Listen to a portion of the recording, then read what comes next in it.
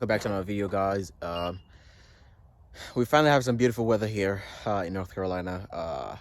It was snowing about 2 days ago, so the car is like hella filthy right now. I just rinsed it off just to get some of the loose dirt and the salt of the car. But for today's video, we're going to be going over the Idrive 7.0 and the 12.3-inch display inside. I'm just going to show you guys some of the cool features the car has, both inside and outside. All right, y'all, so we're inside the car, and as usual, you get your typical welcome display right here. Just gonna start the car, and I'm gonna show you guys what I think is perhaps the coolest feature that the car has, at least the one that I've been using a lot since I got the car, and that is in the climate control. So if I press the AC menu right here, and then I go to climate control rules, you could set the climate control to automatically turn on the heated steering wheel. With you have a hard button right here, and you also have the hard button for the heated seats right here as well. But you could automatically set the car to turn all these functions on once it's at the desired or set temperature. So currently mine is set to 40 degrees, which obviously is pretty much cold. You could click on it and you could set the temperature to whatever you want to set it at. If you want to go lower or you want to go higher, you could set that, and you could also set the level that it comes on at. So for example, for the heating, you could click on it and you could adjust the heating level. I usually leave it at the maximum, that way by the time I get in the car, everything's already hot and nice, and I could, I just turn it off and just enjoy my ride to work or whatever, since that's mostly when I use it. Same thing for the steering wheel. You could turn it off, you could turn it on, you could turn on individual conditions as well. Same thing with the temperature. You could click on it, adjust the temperature however you want it, and once you remote start the car, or once the car is on and, like I said, the temperature is at 40 degrees, the heated steering wheel and the seats will automatically come on, and it also happens for the passenger seat as well. Next one, if you go to preconditioning and ventilation, you could click on that and you could set a departure plan in. So you go to the departure plan, click on it, and you could set a timer for when the car will automatically remote start itself, or activate the heating and cabin features. So that 9 o'clock was just a demo. You could set 3 timers apparently. So let's say at 9 in the morning you go to work, and at work, say for example it's cold all day, you could set another timer for 12 o'clock, which is when you usually go to lunch. It could start the car at 12, and then one more for say 5 or 6 when you get off work, and by the time you get in the car, everything is already warm. You click on it, you set your time, pretty much like an alarm clock. Pretty much you set your time, whatever, and then you go down to your days. You set how many days you want the car to do that function, and you save it, and it pretty much just does its thing. That right there is obviously the gesture control. So as I've shown you guys before, you could adjust the temperature, not the temperature, sorry, the volume by using your gesture control. So that right there was a mute function. However, nothing is playing, so it won't work. But on to the next one is in the mobile app as well. So if I go to my phone and I click on the My BMW app right here, let me log in. You can also set the same thing from the app. So you could click on the climate control timer, which is this option right here, and you could literally set it, like I said, just like an alarm clock. You could scroll through whatever time you want to set it for, and then you could just send it to the vehicle, and your car will be started every morning at approximately the same time. So mine is currently set to 7 o'clock because that's when I leave home. So once that is set, then the car just does its thing. It's started, it's warmed. Also, it's note that when the car started, the defrosters and the windshield defroster is also on, along with the heated side mirrors. So by the time you get in the car, everything's pretty much good to go. You just put your things in, you put your seatbelt on, you get comfy, and you just enjoy the ride to work. Also, you have a vehicle finder in here as well, so you could click on it and wherever you are, you could locate the car. Let's say you have somebody else driving your car, maybe your kids or whatever. You could always see where they're at. There's no hiding from it. Everything shows up right there. You could also set your service schedules from here as well. And there's quite a few functions in here that you could access and all that type of stuff. You have your car status right here as well. You could say, for example, you forget if you like say go upstairs and you or leave the car in the garage or something, and you forget to lock the car. You could also check from right here. You could check the windows. You could check everything right here. You could also check the tire pressures as well, which is pretty cool. And yeah, that's pretty much it for the mobile app.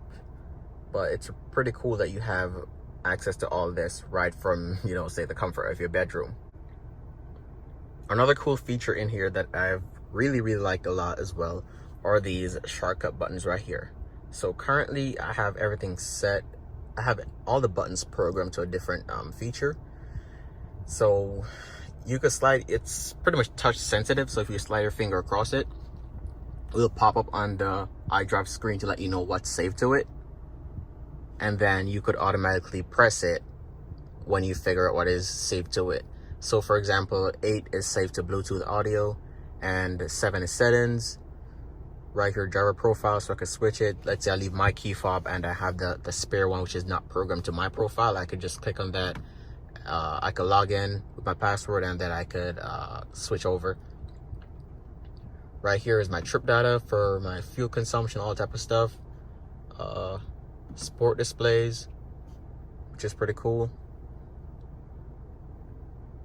Right here is a shortcut for the interior lighting as well. Also saved to my CarPlay audio. So that is the other thing that I really love about the car. I would say it's a love and hate relationship at this point. The CarPlay, it's really good. It's wireless, so you never really have to have wires dangling around your center console. Everything just looks clean and it's simple. You could always have your phone, even though I think this is more distracting because instead of having your phone plugged in to use the CarPlay, I kind of find myself using my phone more while I'm driving now because the phone is just free from wires. Everything is there. It's a little bit more distracting. But the other negative thing about this is, for example, you're playing a video, say a YouTube video or something, which I kind of do a lot. Let's say while I'm at lunch or something, I'm just chilling in the car. It has a lot of lag. So because it uses Wi-Fi to connect the CarPlay wirelessly, there's a lot of lag versus what you hear on in the audio versus what you're actually watching. So for example, I tap on a video and let's say this guy here is talking. It takes about 5 seconds if you look at his lips versus what he's saying for you to actually hear it. And it's the same thing. You'll maybe watching a video and then you click off it, and then the audio will be still playing, but you already clicked off the video. So it takes a while to register everything that's been going on because of the Wi-Fi connection. So I kind of find it really annoying in terms of that perspective. But in terms of, say, daily use and everything else, it's pretty good. It's really quick. It's very convenient. I like it. You could, do everything CarPlay from there. I really like that. But they need to probably update this system really soon just to make it better. I haven't experimented with say a cord. I'm not sure if the USB will work to make it any less laggy or anything. I'll probably do that at some point in time, but as of now, it's pretty good. The screen itself and the entire system itself is really fantastic. It's really easy to use. You have these shortcut buttons right here you could use to go wherever you want to go on the screen. Press home and that is your typical home screen. You use this, like I said, to scroll across, and honestly it's really intuitive. It's not hard. You have this drop down screen from top as well, which are like shortcuts as well to see like your notifications. Those pop up right there, and you could adjust all these and make all this stuff custom pretty much. So if you don't want this there, you could tap on it and you could change it. So you could pretty much delete that page or add another page, which is pretty cool. It's also worth noting that you could connect 2 phones to the car at the same time. So if I go to media, then go to Bluetooth audio, you could connect 2 devices at the same time. Another cool feature we have here is screen mirroring, which is, it pretty much allows you to see whatever you're seeing on your phone, but on the screen. For example, you want to watch Netflix. You could just activate your screen mirroring on your phone and it will pop up on here as pretty much like a big TV. Just watch whatever you're watching.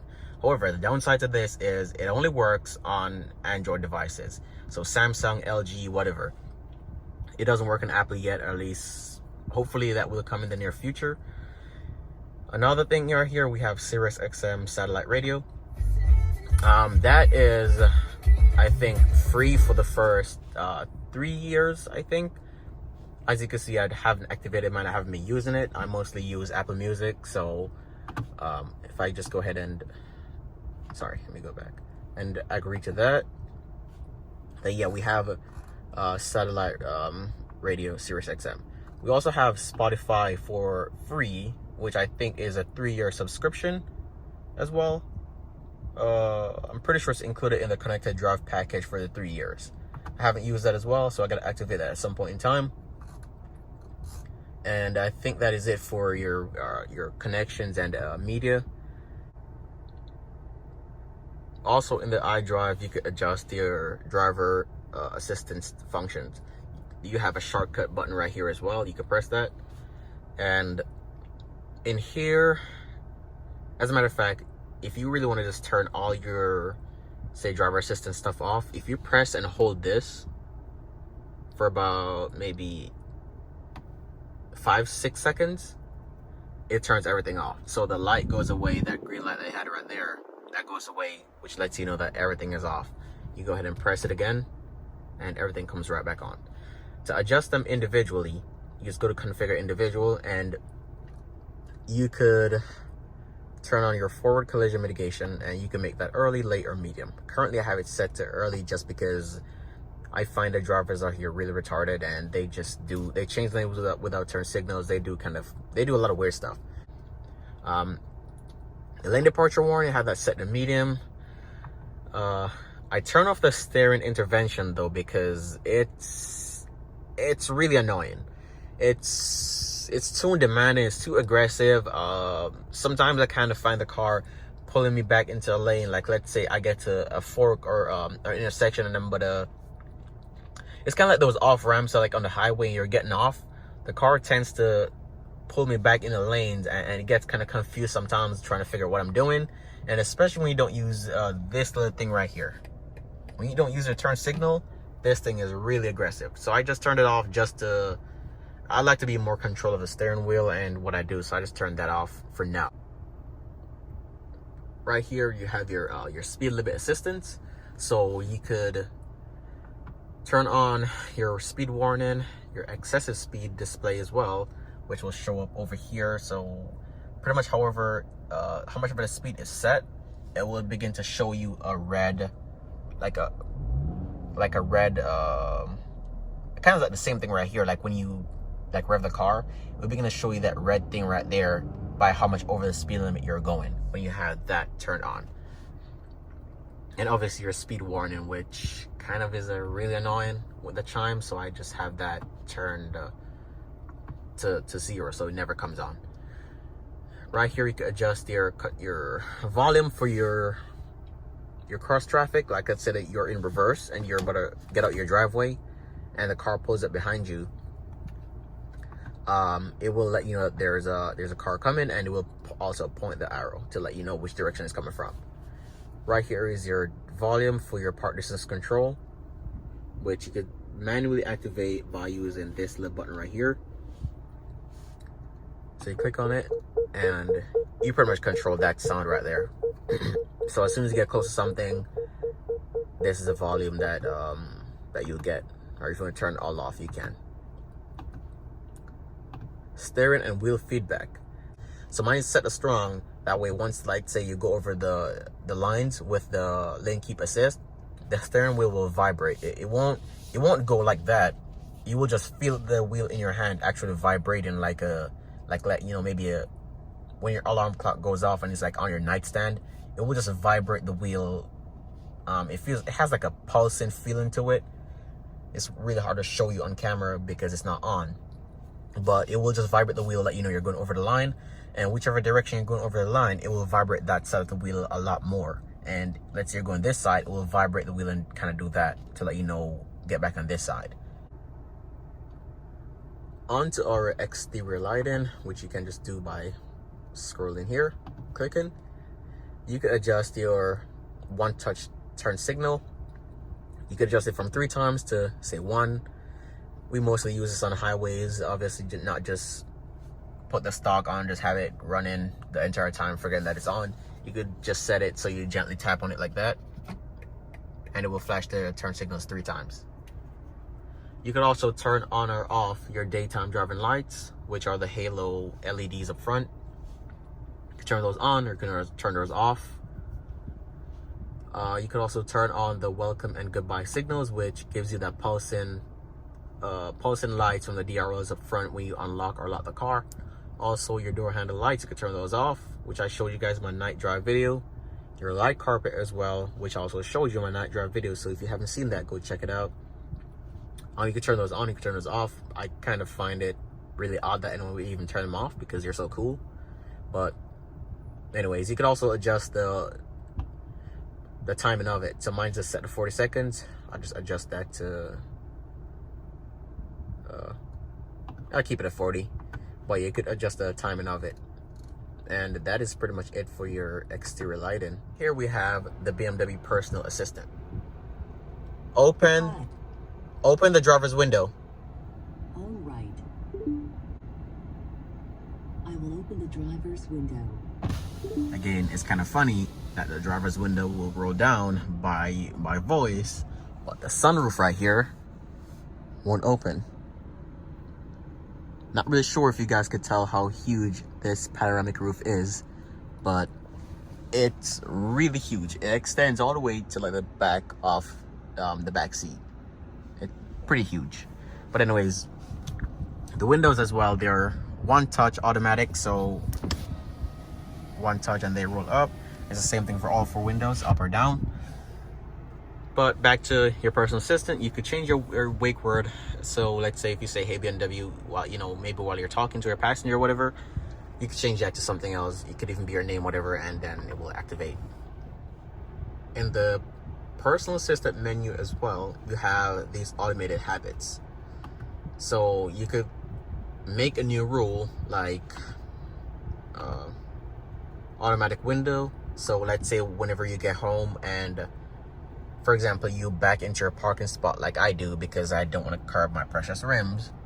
So once you get to say that location, you could click and you have this on, you could say, hey BMW, roll my window down. Or not even, it works by navigation as well. So if you set this, and you could set it to, like, say a specific location. So let's say you set it at your parking spot home before you leave home, or even say you gotta roll it down at the toll booth or something. Once a car approaches that specific location that you set it to, the window will automatically roll down. Also up here, it's pretty easy to adjust your car's users.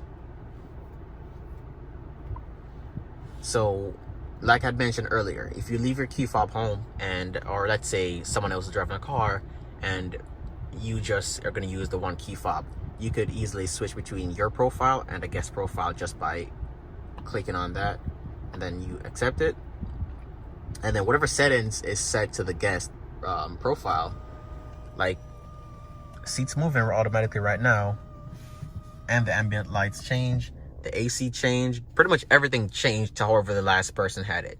So yeah, she's really short, so this is how close she was driving to the steering wheel, and really tall up for whatever reason. But everything pretty much changed based on that driver profile.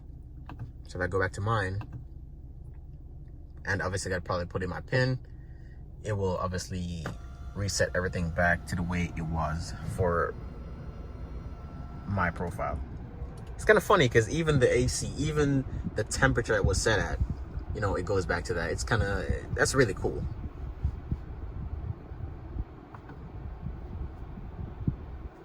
You also have this care in car function where you have two options. You have vitalize and you have relax. If you go on it, I think there are like two conditions that has to be met. The climate control has to be on automatic, and you have to have the audio turned up. And once you have that on, it will change the ambient light into whatever color it feels like changing into. It will change the AC based on how much you feel like changing it, which is why it's an auto. And if you go to relax as well, it's the same thing.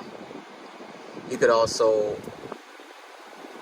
have your music settings change, and it's also closing the shade over the sunroof. So I'm guessing it really just wants you to be at peace from the outside world and just relax. And you can also set the option of no music. You go back and then you can just end the program, and your ambient lighting went back to whatever color it was, and everything goes back to be normal. And probably the coolest thing on the interior of the car, guys, is this right here, which is your seatbelts. Once you buckle your seatbelt and the car is say driving, it tightens the seatbelt like tension. It applies tension to it. In the event of a collision, this is already pre-tensioned, so it gives the seatbelt a shorter time span to say really lock you in place or even tighten these up. Say you slamming the brakes hard, or the car detects a collision but happened with the collision mitigation system. Once that activates, obviously the seatbelt has a shorter time frame to react. So this already pre-tightens the minute you put it on, and the car gets above 5 miles an hour. They pre-tighten like a snug fit to really lock you in place, which I think is pretty cool. It could be annoying sometimes, but it's pretty cool that it's there. One more thing I want to show you guys is this. There's an X in every single door. I'm guessing BMW really wanted to let you know that you have all your X's with you, so they decided to put them in the doors. Right there. Same thing in the back doors. It's right there as well. Another X. On the floor mats, another X. If we come around to this side, another X. Right there we have your dynamic flashing lights, which I already showed you in the previous video, so I don't need to go over that again. Right here, another X. Another X right there as well. So like I said, BMW really wanted to let you know that you have your X's with you. X3, X4, X5, X6, you're gonna always have your X's with you. So make sure you enjoy the ride with your X's. One more feature about the car, or I should say one feature that I really despise and I've been trying to turn it off. I haven't figured it out yet. But if the car's engine is running and you leave the car with the key fob, maybe in say a hot summer day or even winter, and you just want to keep the car running, like let's say you're going to run to a store or something, if you press the lock button, the car gives two loud annoying horn chirps, which I think is really annoying. Like, it doesn't need to do that, you know, to let you know that the car is locked if the engine is running. The only possible reason I could think of is probably just to really let you know that the engine is running, and obviously the horn chirps will let you know that it's unusual that happens. But I feel like they probably should have kept it with the simple acoustic beeps that the car usually does. But I'm gonna try to figure a way to turn that off.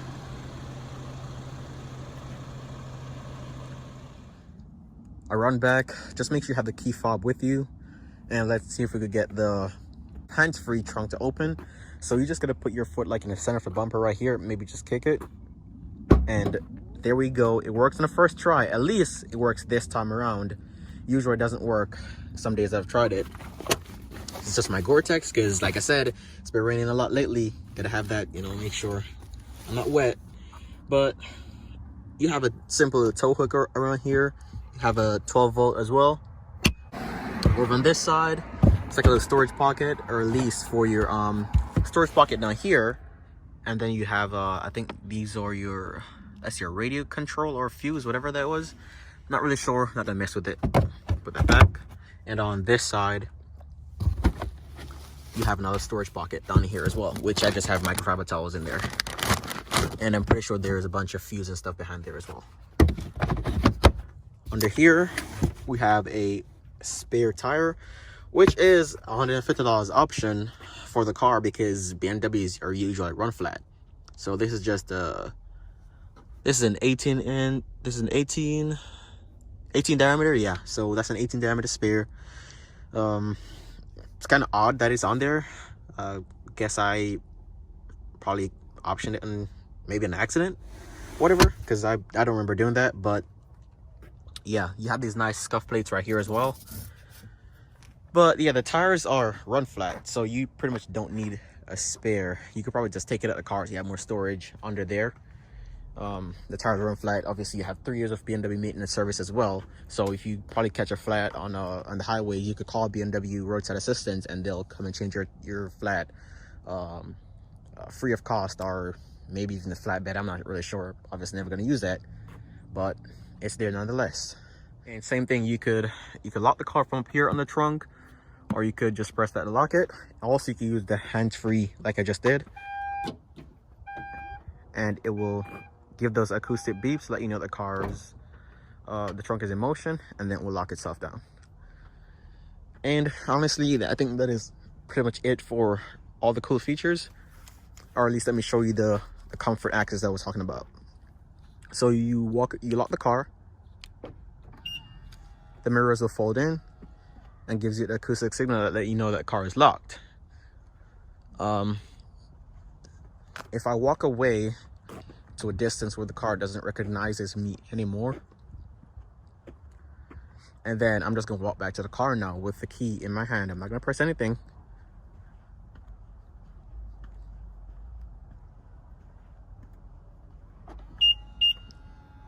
Literally, it unlocks the car and open the mirror as well. Like I said, it takes a good distance, so it only works when you're on this close to the door, and for some odd reason, or maybe security reasons, it doesn't work on the passenger door.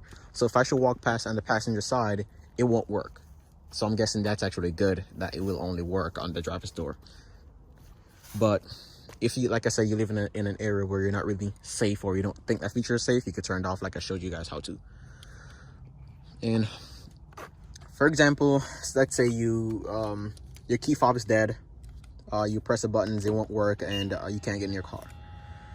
This is one way you could get inside. So this little button right here, that is for your your access with the key fob dead. So you could just pull the handle like that to get a little bit of room, and then let me do this real quick. And then you could just put your finger under there and pop it out, and then that allows you access to the little keyhole right there. And then just gonna press this little button right there on the key fob. Also, you can open and close your trunk from the button next to on the driver's door. So if you pull up, excuse my hands being really ashy, it's pretty cold, or yeah. So if you press and push down, actually, there we go, it will open the trunk. And then if you just go back and you pull up, it will beep and it will close the trunk. And you also have to keep your hand on it when you're pulling it up to close it. If you let it go, it will stop. I'm guessing that's a safety mechanism for BMW, because obviously if you're sitting in a car closing the trunk, that you're not really around there to supervise, to make sure there's nobody around there, maybe a kid or something. So once you take your hand off it, it's gonna stop wherever you let it go. Over on this side, you have a neat little storage pocket right here. That's pretty much been in every BMW I've been in like forever now. So it's cool that that is there. Maybe put your wallet or something there. Right here you have your light switches, and these are your roadside parking lamps. So if you put those on, both back and front, I could get out and I could show you what they look like. So maybe you could park your car on the roadside, say overnight. It will leave those lamps running. So you notice the one on the driver's side is on because I turned those on, and then the one on the passenger side is off. So whichever side the car is more vulnerable, or should say whichever side is to the road, which in this case this side is, you just leave that one on. And it's the same thing around back as well. It's the same thing around back. It will leave this outer edge of the lights on to let the driver know that the car is there's a hazard. So obviously those ones are off and that one is on, and then you could interchange it by pressing the same button right there. Press that one, and now it will turn that lamp on. So you can't have both running at the same time, which makes sense because you obviously, you know, it makes sense to not have both running at the same time. You obviously got to park it, put it on to alert the driver as to which side the hazard is. So that's kind of the reason why. And to wrap up this video, guys, there's one more thing I want to show you. If you're inside the car and you're parking and you can't really see your curb on that side, if you put the car into reverse, and you obviously have your backup camera showing. And this is pretty cool for those models that doesn't have the 360 cam or the parking assistant plus package like we don't. That's pretty much not an option for 2022 on the X3, at least for the models below the M40i and the X3M competition. Those are the only models that you get 360 camera on now because of the parts shortage, which really blows. I mean, it's really pointless paying 50 grand for a car, you know, when it doesn't have that, not even as an option. But anyways, if you put it in reverse, you notice how the camera, the mirror, my bad, is pointing down. If you click the mirror control back to the driver's side, the mirror goes back up. So I'm gonna show you again. All you gotta do is click it, this button right here, push it to the driver's side, and then the mirror goes down so you can actually see your curb. If you obviously want to turn it back off, you switch it to the outside, and the mirrors will go right back up to where they was. So that is pretty cool, and pretty much the last feature that I'm going to show you guys. And while I'm outside, guys, I'm just going to show you what the engine bay looks like. So if I haven't showed you, this is pretty much what it looks like. Your typical BMW engine cover, a twin power badge right there, and that is pretty much it. So I think the car has 248 horsepower and I think 275 pound-feet of torque, if I remember correctly. Don't quote me exactly on those numbers, I didn't look them up before, but I think those are somewhere along the numbers. However, as we know with BMWs, their numbers are usually off, if you know what I mean. So sometimes the cars are slightly overpowered more than what they claim, and so, you know, maybe the car has maybe about 270, even close to 300 horsepower, we don't know, unless I put in a dyno to figure that out. But usually BMWs, the numbers are off, so that's kind of something to consider as well. The hood is also hydraulic, so you never have to hold it, and if you let it go, it goes right back up. And it has a nice solid sound when you close it. Alright, RAG Squad, that's pretty much it for today's video. Make sure you go to the comment section, let me know what you guys want to see for the next video, or if there's any feature in specific that you want to see on the car. I'd gladly shoot another video on it. And really appreciate you guys. Thanks for the support. Those of you who are subscribed, really appreciate it. And if you're watching this video and you haven't subscribed it, make sure you hit that subscribe button. Also hit the bell icon next to it. That way you guys never miss an upload. And that's pretty much it for today's video. Like I said, I really appreciate the support, and thanks. God bless, and see you next video. Peace.